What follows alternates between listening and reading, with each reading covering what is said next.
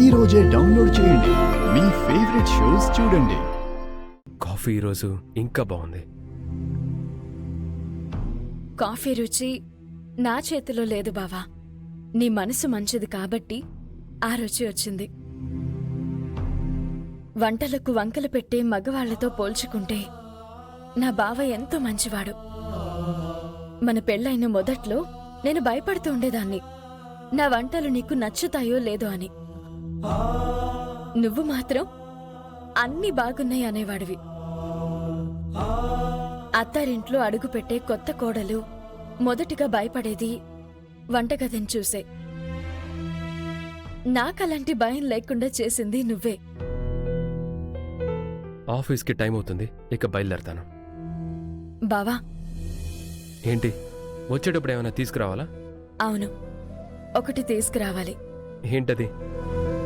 ఈ నవ్వు. ఇలా తీసుకుని వెళ్తున్న ఈ నవ్వుని మళ్ళీ ఇలాగే తీసుకుని రావాలి. రాత్రంతా నీ గురించి ఆలోచించాను. ఎందుకు? నిన్న ఫంక్షన్ అయిపోయిన తర్వాత నువ్వు సడన్ గా మూడి అయిపోయావు కదా, అందుకు. మన మధ్య ఎవరు ఎటువంటి సమస్యలు సృష్టించాలని ప్రయత్నం చేసినా మనం విడిపోము. అది మాత్రం గుర్తుంచుకో.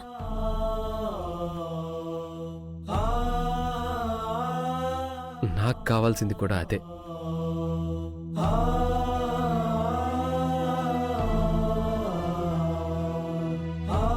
సరే, ఇక బయలుదేరనా?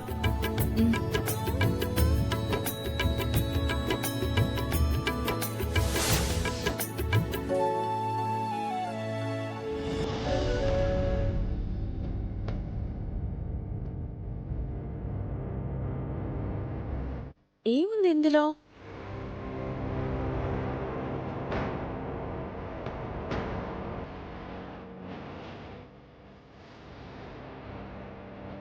సత్యగాడిచ్చిన గిఫ్ట్, అందులో ఏముందో? ఓపెన్ చేసింది కదా, చూద్దాం.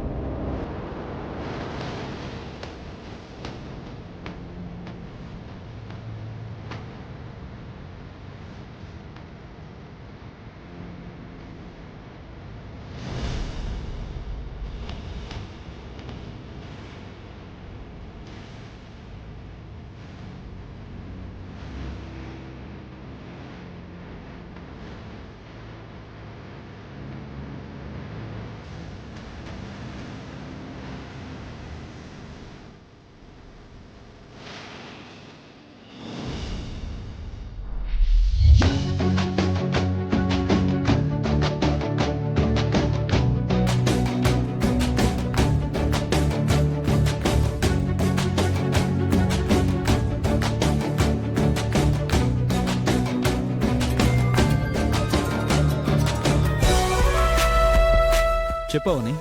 థ్యాంక్స్. ఎందుకు? ఏ బ్యూటిఫుల్ గిఫ్ట్ ఇచ్చినందుకు. థ్యాంక్స్ అన్నమాట చిన్నదే అవుతుంది ఈ అమూల్యమైన గిఫ్ట్ ముందు.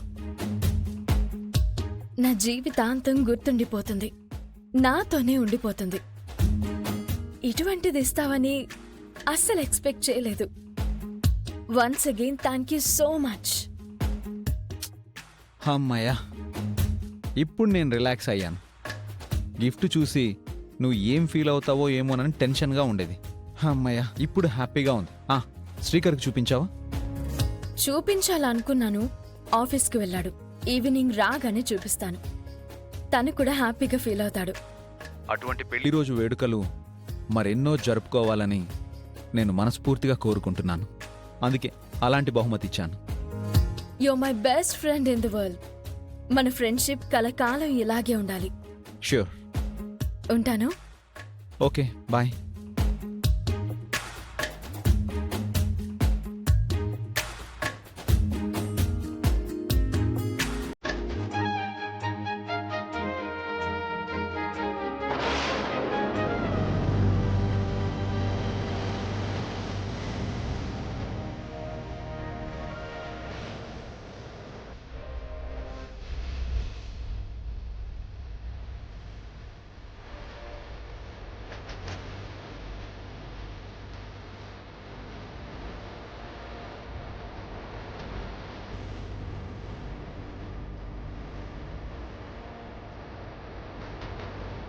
ఏంటి బంగారం నీ కన్నా లాకెట్ మీద పడింది?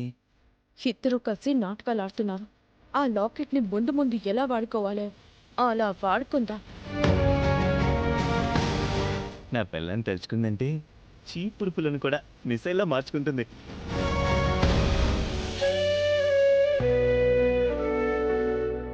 ఇప్పటి వరకు అవని గురించి నాకు తెలిసిన నిజాలన్నింటినీ నేను నా గుండెల్లో అగ్ని పర్వతం మోసినట్టు మోశాను. నా కొడుకు అవని మాయ నుంచి బయటపడాలని ఆ నిజాలన్నీ విడమరిచి చెప్పాను. తల్లి మాటల్లో ఎంత నిజం ఉందో తెలుసుకునే ప్రయత్నం చేయకుండా తిరిగి నాకు బుద్ధులు చెప్పాడు. ఏ మనిషివాడు? అవని తప్పు చేసిందన్నది నిజమైతే గనుక ఆ నిజం నువ్వు తెలియజేయాల్సిన అవసరం లేదు. తెలియాల్సిన దారిలోనే తెలుస్తుంది. అంతవరకు నువ్వెంతవరకు ఉండాలో అంతవరకే ఉండు. నాన్న